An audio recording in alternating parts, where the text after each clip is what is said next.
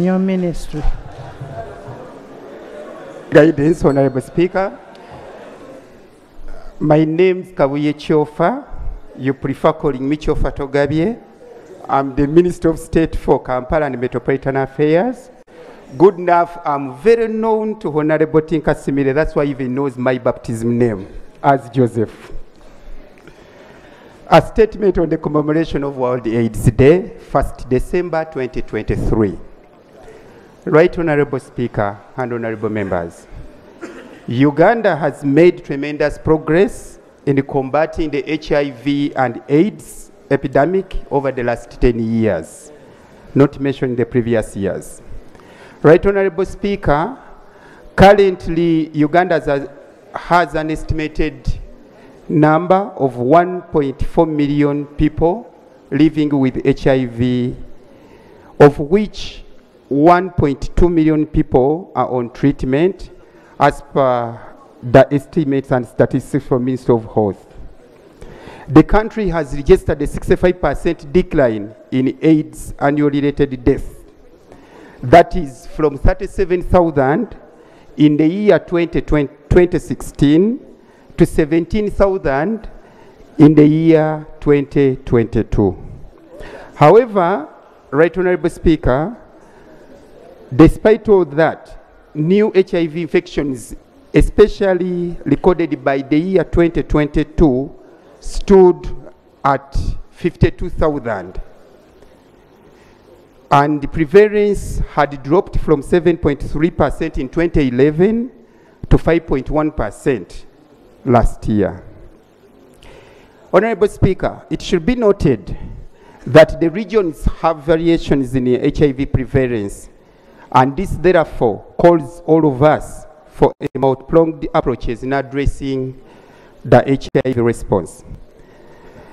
In spite of the progress made above, there are still challenges, especially HIV infections occurring among young women and girls. About 1,000 persons get infected with HIV every week. For example, infections among young people aged between 15 to 24 years accounted for 37% of all the new HIV infections in the year 2021. And I believe this was during the lockdown, with the new infections occurring 3 times more among the young girls compared to the boys in the same period. And about 326 people die due to AIDS-related ailments. Right Honorable Speaker, the drivers of new infections include multiple sexual partnerships, sexual and gender-based violence, negative social culture norms and values like early marriages and widow inheritance, transactional sex, income inequality and poverty, high level of school dropout, stigma and discrimination, inequality in access to prevention, care and treatment services. Right Honorable Speaker, concerted efforts by all stakeholders are required to address these challenges I've mentioned.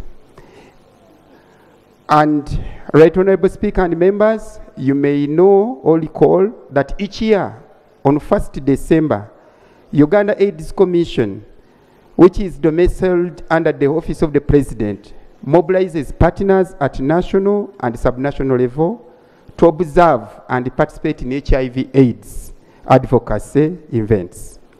Key among them is the World AIDS Day. This event provides a powerful advocacy platform that is well aligned to the presidential fast track initiative for ending HIV/AIDS as a public health threat in Uganda by year 2030, and mainstreaming HIV for epidemic control. Right Honorable Speaker and members, the above initiatives aims to ensure that nobody is left behind. It promotes increased focus on provision, effective interventions of the HIV/AIDS response, and addresses prevailing gaps in coverage of the key services in the country. Right, Honorable Speaker and members, currently, Uganda, like any other countries globally, is undergoing the post-COVID pandemic recovery and effects. The impact of COVID-19 were immense across the country. These included disruption of social services in education, health, livelihood in general. A rise in teenager pregnancy, increase in gender-based violence across the country, donor transitioning, and budget cuts from HIV services to other interventions. All these have had significant impact on attaining the presidential fast-track goals of ending AIDS by year 2030 in Uganda.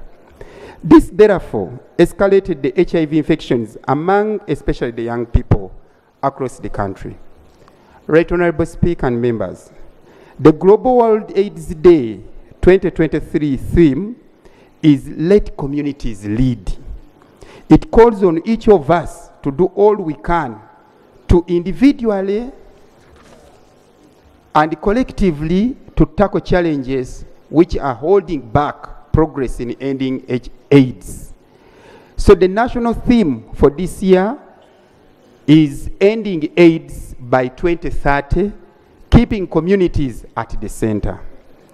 With the 2030 target in sight, it is critical for everyone to reflect on their individual and collective responsibility towards ending AIDS in Uganda.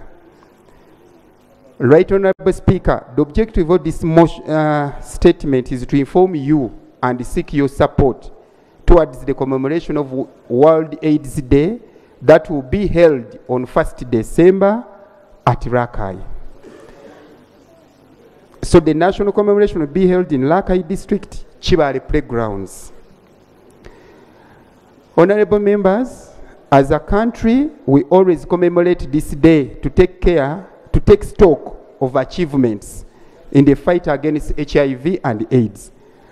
And we dedicate more efforts to the fight against this pandemic. Every year, Uganda joins the rest of the world, like I've mentioned, to commemorate this day.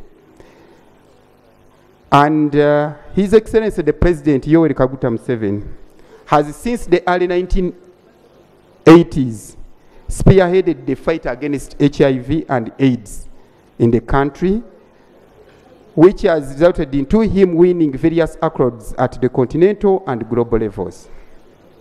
Right, Honorable Speaker, in June 2017, His Excellency the President launched the Presidential Fast Track Initiative to end AIDS as a public health threat in Uganda by 2030. Since then, the country has registered many achievements like I've mentioned above. It is therefore critical to have increased and consistent sensitization of the public about the prevalent risks of new HIV infections and what an individual needs to do in order to mitigate the risk.